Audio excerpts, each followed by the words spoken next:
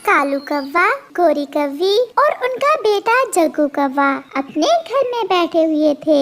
जग्गू के मम्मा पापा जग्गू से बहुत प्यार करते थे।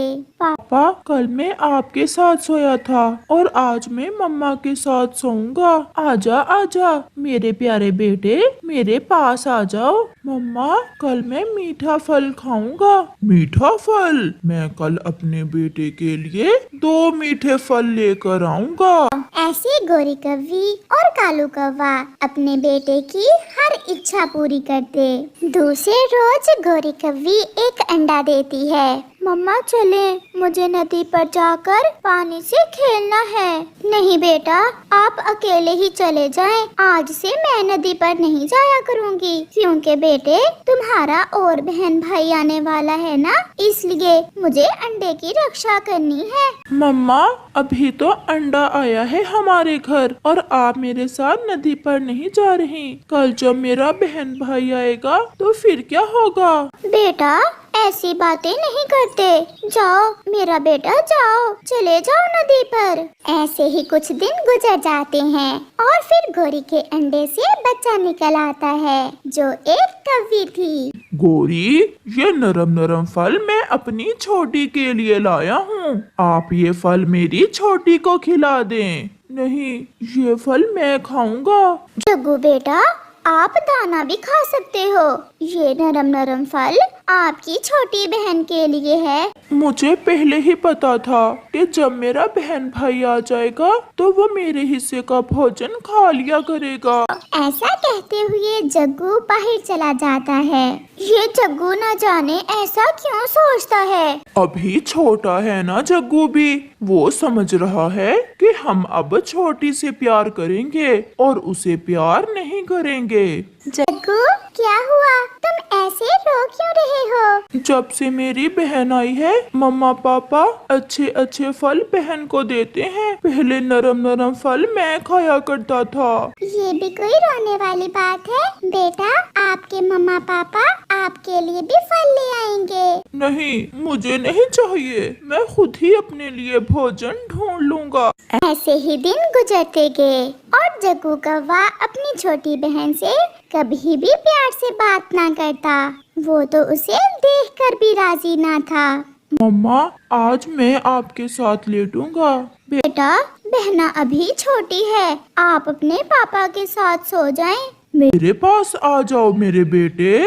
नहीं, मैं नहीं पापा के साथ सोऊंगा। मैं अकेला ही लेट जाता हूँ और आप प्यार करें अपनी बेटी से।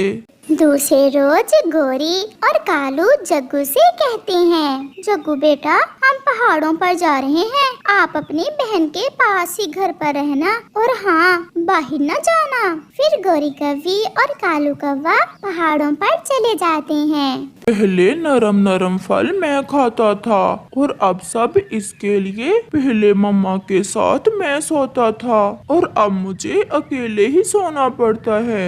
मैं इस छोटी का कुछ करता हूँ। चलो छोटी, मैं तुम्हें नदी दिखा कर लाता हूँ। फिर जग्गू कौवा अपनी छोटी बहन को साथ लेकर नदी पर चला जाता है। वो नदी के पास जाकर अपनी बहन को बैठा देता है और खुद वापस चला जाता है। वो छोटी कौवी ये नहीं जानती थी कि उसका भाई उसे यहाँ क्यों छोड़ कर गया है। वो आहिस्ता आहिस्ता नदी के पानी की तरफ बढ़ती है। पास में बैठा तोता ये सब देख रहा था। वो तुरंत छोटी कौवी के पास जाता है। रुको बेटा, आगे न जाना, आप पानी में डूब जाओगी। आपका भाई आपको यहाँ क्यों छोड़ गया है? ये तो मुझे नहीं पता अंकल। फिर तोता छोटी कौवी को साथ लेकर उसके घर जाता है। जग्गू बेटा, सच बताओ, कहाँ है आपकी बहन? जग्गू बेटा, झूठ ना बोलो, सच बताओ।